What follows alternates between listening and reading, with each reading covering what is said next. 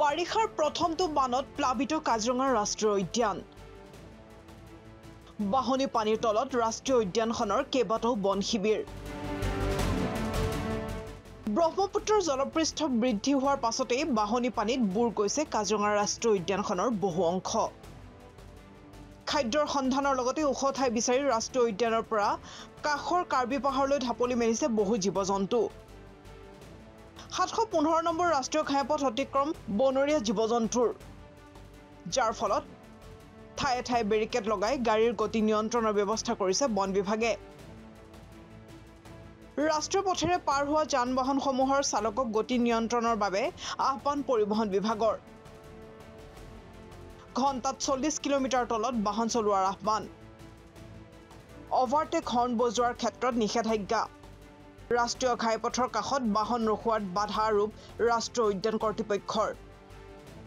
বুধবাৰে কেইবাখনো বাহনৰ চালান কাটিলে নগাঁও জিলা পৰিবহণ বিভাগে গাড়ীৰ গতি নিয়ন্ত্ৰণৰ ক্ষেত্ৰত ফৰেষ্টৰ ফালৰ পৰা বেৰিকেড দিয়া হৈছে জেগাই জেগাই যাতে গাড়ীখিনি গতিবেগটো অলপ কমে আৰু আমাৰ ফালৰ পৰা আছে ইণ্টাৰচেপ্টৰ মেচিন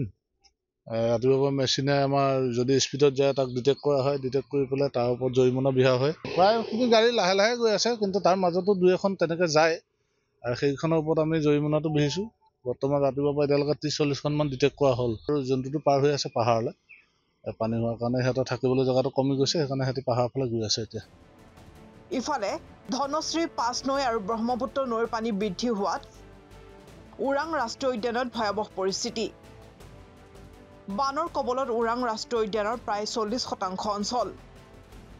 জলমগ্ন ওৰাং ৰাষ্ট্ৰীয় উদ্যানৰ 12টাকৈ কেম্প পানীয়ে ৰাষ্ট্ৰীয় উদ্যানখন বুৰাই পেলোৱাত জীৱ-জন্তুৰ মাজত হাহাকাৰ ওখ আৰু নিৰাপদ ঠাইত আশ্ৰয় জীৱ-জন্তুৰ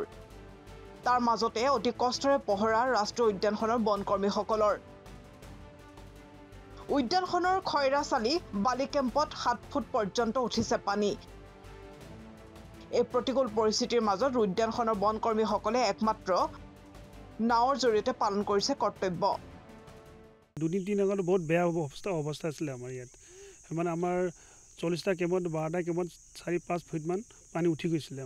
আমাৰ অলপ কিছুমান পেট্ৰলিং কৰিব দিগদাৰ হৈছিলে ঠিকে আমাৰ সাফিচিয়েণ্ট বোট আছে আমাৰ কাণ্ট্ৰি বোট 35টা মান আছে আমাৰ তো আমি এট প্ৰেজেণ্ট আমি কাণ্ট্ৰি বোট দি আমি পেট্ৰলিং কৰি আছোঁ ইয়াত বানে স্পৰ্শ নকৰিলেও বাৰিষাৰ প্ৰতি লক্ষ্য ৰাখি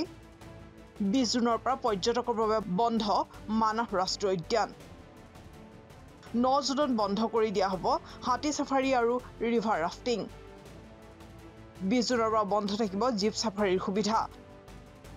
পৰৱৰ্তী নিৰ্দেশনা নিদিয়া পৰ্যন্ত পৰ্যটকৰ বাবে বন্ধ হৈ পৰিব ৰাষ্ট্ৰীয় উদ্যানখন